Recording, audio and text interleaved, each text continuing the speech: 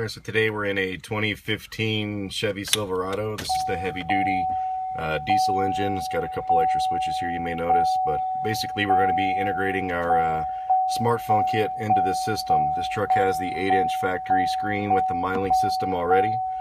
This particular vehicle already has factory navigation. We're going to go ahead and be adding our smartphone interface to this kit so that it'll actually display the smartphone up on the screen. Basically, we're going to go ahead and get started tearing some stuff apart and show you how this is done. We're going to try to attempt to install our port here. If that doesn't end up working out, we're going to actually put it inside the armrest here where the instructions are kind of guiding you to go. So let me go ahead and get some things apart here and we'll come back and show you what's involved. So first things first, we need to get these two glove boxes out of our way. We're going to go ahead and T15 Torx, remove the two on the very bottom down here. Pretty much just into each corner of the glove box in the bottom corner. T15 screws, there'll be two of those guys hiding down there. Alright, from that point, we're going to drop the actual glove box open and remove the remaining T15s. So this corner, and then the two up top here as well. Alright, so I'm going to go ahead and pull the bottom glove box out. We're going to get this guy set to the side here. And the top one, I'm just going to shut this so this guy's stuff doesn't fall everywhere. And basically just comes out like so. Now that we've got the glove boxes out of the way, what we're going to do is pull the screen bezel piece off. We're going to use a plastic pry tool remover. Just kind of get in there and work it. Don't be scared of this. These are just those plastic metal body clips. They're just tight. They're not going to break anything as long as you're just gentle with it. I'm just going to kind of work it around and like so. This model has the heated and cooled seats, so there's going to be a plug on each side. Depending on your configuration, there might be just a dummy port there. Just remove those wires. Pushing those in. I'm going to sit this up here so it doesn't get scratched. And then there's 4 7mm bolts holding the screen in. So we're just going to grab those guys.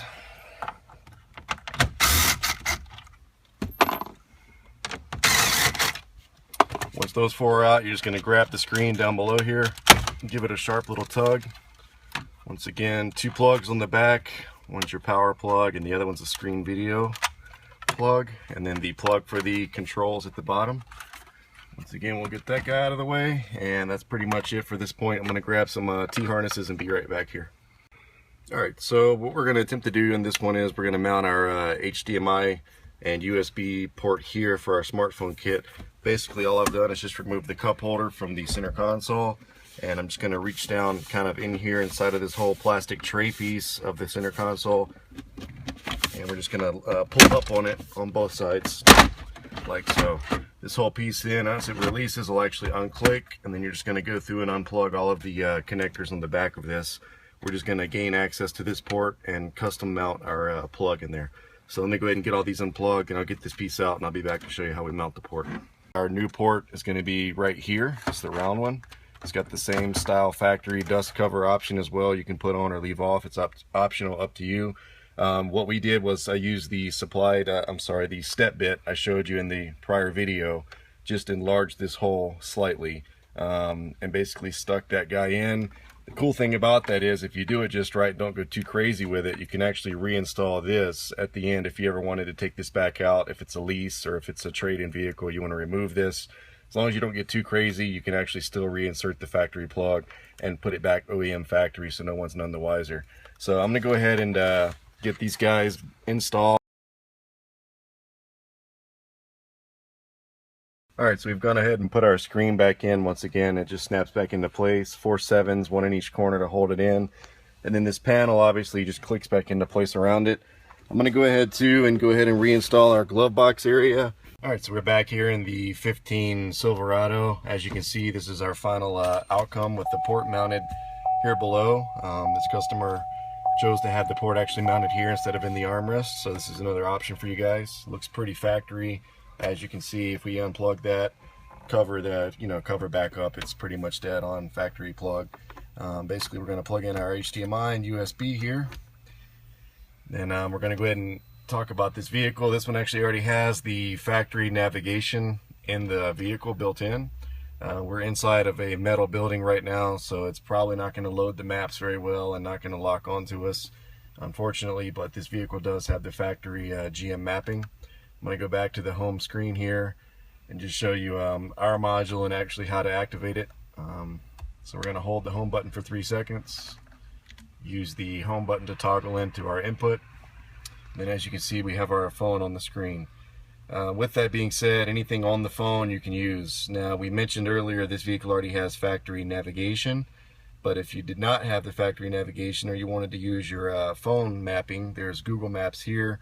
You can utilize Google Maps, or you can actually do the landscape mode as well, so it actually fills up the screen. And we can also use the Apple mapping, pretty much any app on the phone. There are a couple of handfuls that are restricted, but for the most part, a lot of the Apple apps just work. Let me go ahead and show you here, even YouTube, for example.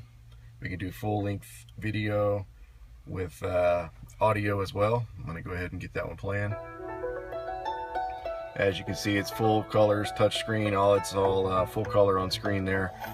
Audio is coming out over the truck speakers, and the audio is adjusted to the factory volume, just like it should be. So I'm going to go ahead and get out of YouTube here. Show you one last thing here. Safari, for people that spend a lot of time on the web. We're going to go to gmnavigation.com. That's our website.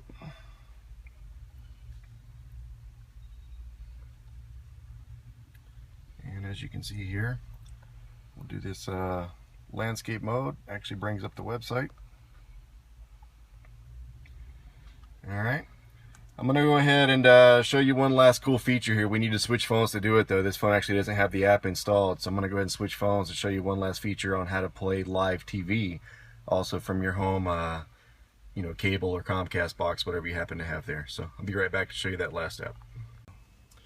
Alright, so we switched phones here, and now we're going to show you something else that's really cool. So this is Slingbox. I actually have this on my home TV, and we're actually going to connect to my home Cablevision from my phone, and using our AV module here, we can actually watch live TV going down the road.